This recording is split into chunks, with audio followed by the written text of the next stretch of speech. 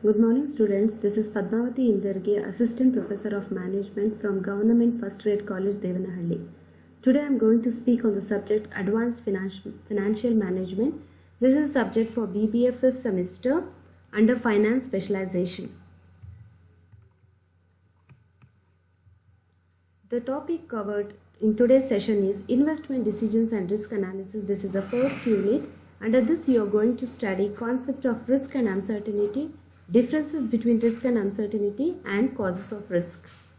The objective of this chapter is to provide an insight into the various techniques of risk analysis in capital budgeting, the meaning of risk and uncertainty. Under this, the students will be able to understand the concept of risk and uncertainty, point out the differences between risk and uncertainty, outline the causes of risk. Risk. It is a situation. In simple, we can say risk as something which is bad, which is totally not avoidable, but we can estimate. It is a situation where we can attach some probability, some chances of occurrence to the outcome in advance. But in case of uncertainty, it is a situation where the chances of occurrence or the probability to an outcome cannot be objectively known, but we can guess it. So risk is common in capital budgeting. As an investment manager or a financial manager, the amount which you are investing, you should know the outcome of that investment. You should know whether it is profitable to invest it or not. You should estimate the risk and you should control the risk. It is said that as more you can take the risk, the chances of taking risk is more, the profit is also more. If you are risk averse, you can't see the more profits in business. So, risk is unavoidable, but we can manage the risk to some extent.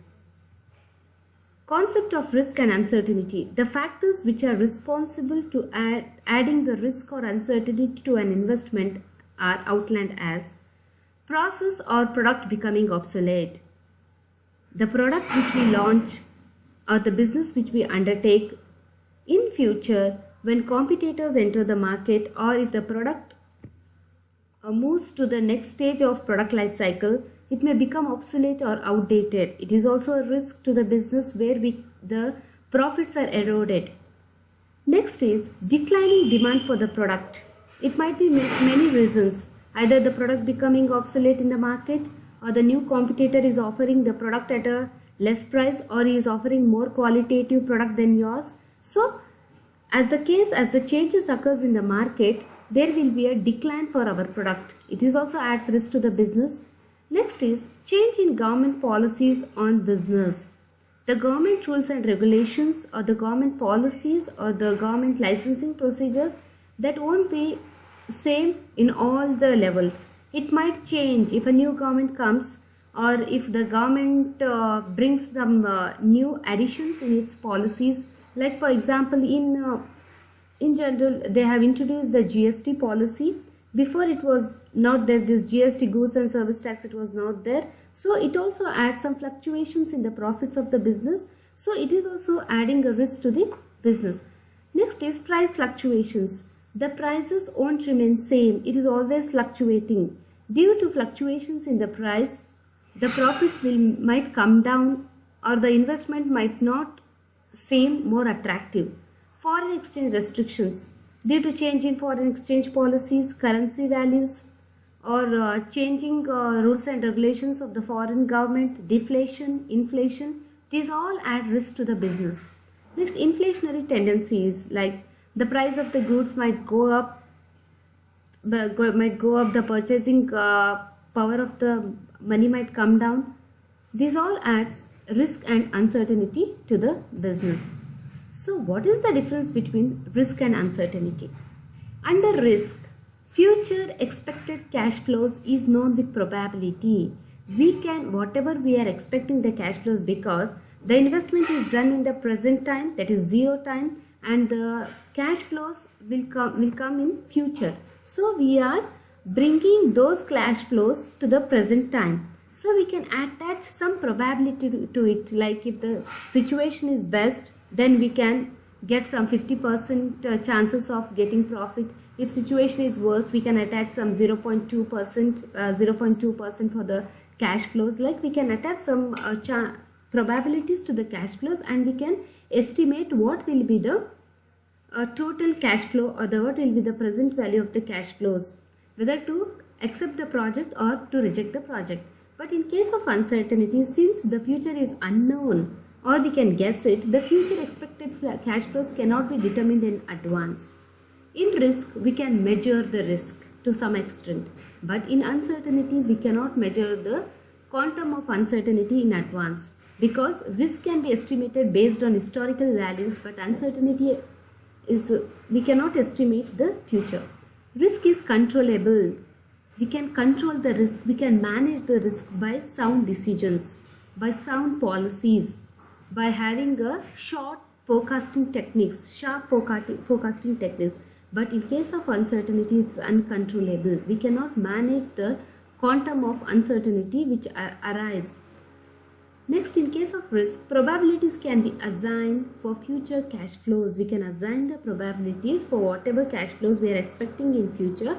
We can assign the probabilities from 0.1 to within 0.0 to 1. We can assign the probabilities based on our forecasting techniques. But probabilities cannot be assigned as it is not predictable. Then what are the causes of risk? One is wrong method of investment. The method what we are adopting in investing, or the method what we are accepting for evaluating the projects, might be we might fail in choosing the best method of investment. Next is wrong timing of investment, means we should forecast whether it is the right time to invest. We should plan in advance whether the time is more favorable. So present thing is that Corona, it is a pandemic situation. Whatever investment we are doing, the situation is uncertain, or we cannot predict in advance whatever the cash flows we are getting with accuracy. So it is a wrong time of investment. We should know what is the marketing conditions, what is the structure, what is the policy of the government, what is the structure of the market, what is the structure of the economy, whether it is the best time to invest or not. We should plan in advance, and then we need to invest. Even in a wrong time of investment might lead to trouble in future. Wrong quantity of investment means either more the investment, more the risk will be. So how much we are investing, how much amount to invest, how much not to invest, that we should plan in advance. If we fail in planning the amount of investment, then also it leads to risk. Interest rate risk. Interest rate risk in the sense the changes in the interest rates, either it might be of bank deposits, or the interest rates, fluctuations in the interest rates, repo rates, and also the bank rates, monetary policies. These all adds interest rate risk to the business. Nature of investment instruments. In which instrument and in which investment you are putting your amount, either in shares or in debentures or in a new projects or a risky ventures, or you are entering into a diversification or introducing a new product. These all adds a nature of the product or nature of investment in which you are investing also leads to risk. Nature of industry in which the company is operating.